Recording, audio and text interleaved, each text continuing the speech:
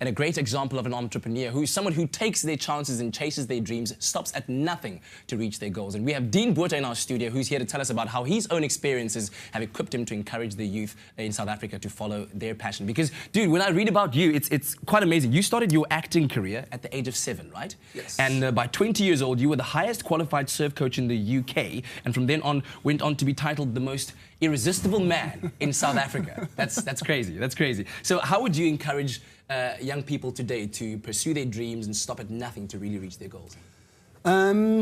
Sure, tough question, but I think the main thing there is find your passion, as we've kind of mentioned a couple of times in the show. How do you do that, though? How do you find your passion? What do you like doing? Okay, so start there. Do you enjoy your job? Love it. Do you love your job? Absolutely. There we go. It's that kind of thing. If you're good with woodwork and you're creative, do that. If you want to get into clothing, TV presenting, law, art, anything like that, find out what you want to do, what you enjoy. I mean, the average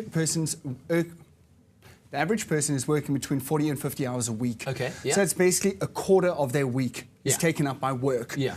Nearly half of your week is taken up by sleep, depending on your sleeping regime. Okay. So if you're spending a quarter of your time doing something that you don't enjoy, you can see why people get into this downward spiral. Yeah. You know, if you're doing what you enjoy as a career, find your passion, become extremely good at it, and then learn how to make that into a career. I think you're winning. Okay, let me pose to you a question that I think a lot of young people might struggle with, because I had it in my own life. When I went to varsity, I really wanted to do music, and I was on my way to registering at the opera school. But my mom was like, no, rather study accounting, have a solid degree behind your back, so that you can then pursue other things if you like to. So you're saying to kids out there, if mom says that, say, no, mom, I like doing this, and therefore I'm going to do this. I'm not saying that, but there is a balance. There totally is a balance about it. I mean, at the end of the day, education is power. So the more you know, the better you're going to be at the end of the day. So as much education as you can possibly get is obviously what the main aim is.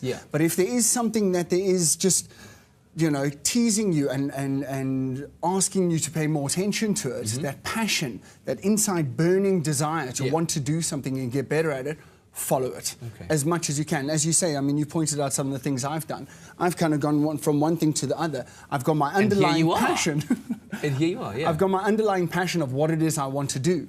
But obviously needing to make money around that at the same time. Yeah, and we live in a world where I think, you know, you can mold or use your creativity to mold your career or your future into whatever it is that is applicable to the world. So how would you encourage young people out there to consider self-employment as a future? I think that's one of the main focuses of Pride Factor is to try and create employment. Entrepreneurs create employment. Okay, it's at the end of the day. So it taps away poverty and unemployment in the country. But you need to come, I don't want to give myself a plug here, but you need to come on one of the Pride Factor courses.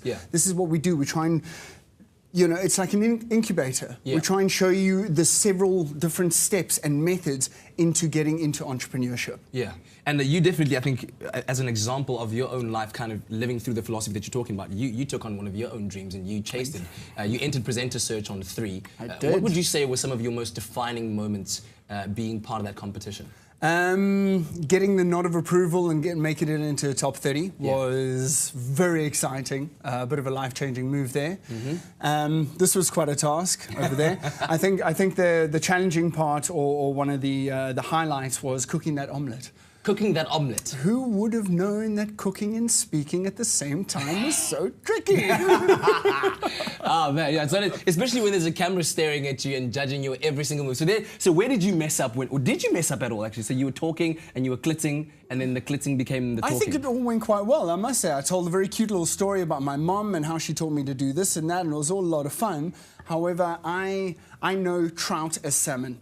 So I was putting the salmon on the egg, even though on the Woolworths packaging it says trout in big black letters. I keep going, and I'm putting the salmon here, and I'll use the salmon there. And did it taste good? That's all I want to know. It was amazing.